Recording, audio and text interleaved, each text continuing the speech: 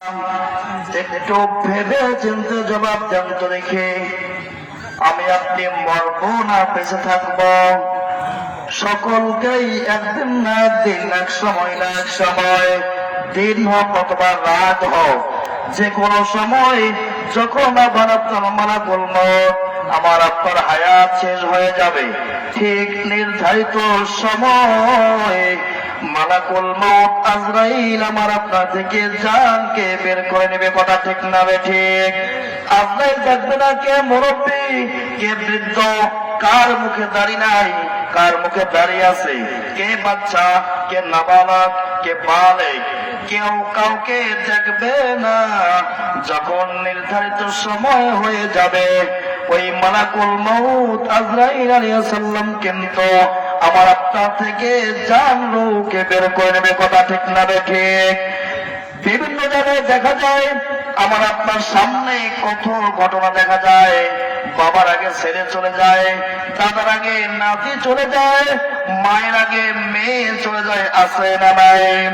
একটা ঘটনা ভালো করে একটু শোনেন, দিলের কান দিয়ে শোনেন, কান্না চলে আসবে। ও আল্লাহর বান্দারা, আমি যেই মাদ্রাসায় থাকি একটা যুবক ছেলে, আমি যেই মাদ্রাসায় থাকি একটা ছেলে হাফেজ কুরআন, বয়স মাত্র 15 থেকে 16 বছর হবে, মুখের মধ্যে দাড়ি নাই। এই হাফেজ কুরআন আমি যেই মাদ্রাসায় থাকি ওই মাদ্রাসা মসজিদে 2 বার খতম তারাবি পড়াইছে। বলেন সুবহানাল্লাহ। এই হাফেজ কুরআন হাফেজ আবু বকর একেবারে যুবক, মুখে দাড়ি নাই, একসাথে সবসময় চলাচল করতাম, কথাবার্তা বলতাম, খুব নম্র এবং ভদ্র ছিল।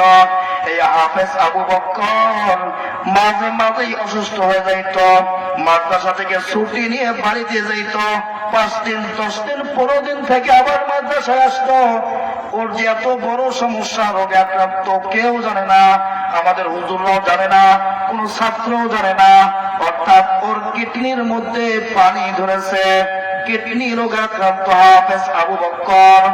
যখন তিনি শেষ পর্যায়ে রোগে আক্রান্ত হয়ে গেল, এই হাফেজ কুরআন হাফেজ আবু বকরকে এই বগুড়া জিয়া মেডিকেলে ভর্তি করা হয়েছে।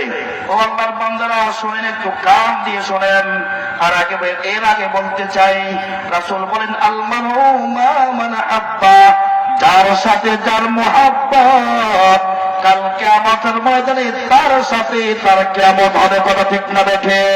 সুতরাং স্পষ্ট ভাষায় বলতে চাই, আজকে যারা গানের সাথে জড়িত, নর্তকীর সাথে জড়িত, আপনার সাথে জড়িত, এই পয়সা লোকদের সাথে যারা জড়িত, তাদের কিয়ামত হবে ওই লোকদের সাথে। বলা ঠিক না ঠিক?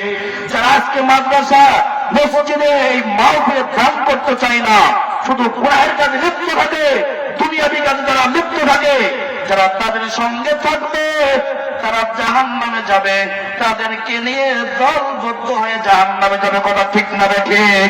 কিন্তু যারা মসজিদ মাদ্রাসায় উলামায়ে কিরাম হাফেজ কুরআনদের সাথে সম্পর্ক রাখবে, আশা করা যায় একজনের উসিলা করি আমরা সকলেই মাফ পেয়ে যাব। কথা ঠিক না ঠিক?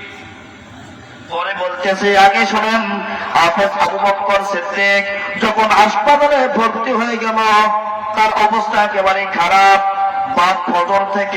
ফজর থেকে জোহর পর্যন্ত এতটুক সময় শুধু বলতো, তার মাকে বলতো, আম্মু আমি একটু হুজুরকে দেখতে চাই। কাকে?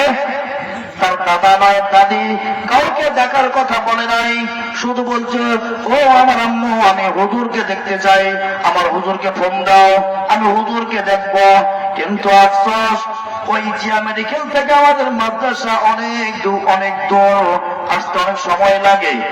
যখন বারবার বলতো, ও আমার আম্মু আমি হুজুরকে দেখতে চাই, এই কথাই নয়, এবং বলেছে, আম্মু আমার শরীর তো বেশি ভালো না, মনে হয় আমি বাঁচবো না, আমি আজ মরি কাল মরি, আমি তোমাকে বলে যাই মা, আমি যদি মারা যাই আমার কবরটা যেন মাদ্রাসার সামনে হয়। বলেন সুবহানাল্লাহ। যার সাথে যার মুহাব্বত, তার আসলেই তার কিয়ামত। যখন বারবার বলতেছে আমি হুজুরকে দেখবো, হুজুর আমাদের হুজুর ওই জিয়া মেডিকেলে যাওয়ার পর থেকে আবু বকর মারা গেছে, কিন্তু যখন মারা গেছে নসিহত শেষ নসিহত ছিল কি তার মাটি কোথায় হবে, মাদ্রাসায় মাটি হবে।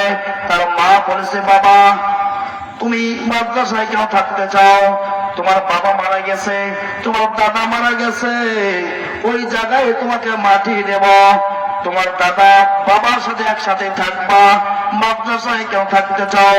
বাস্তব ঘটনা।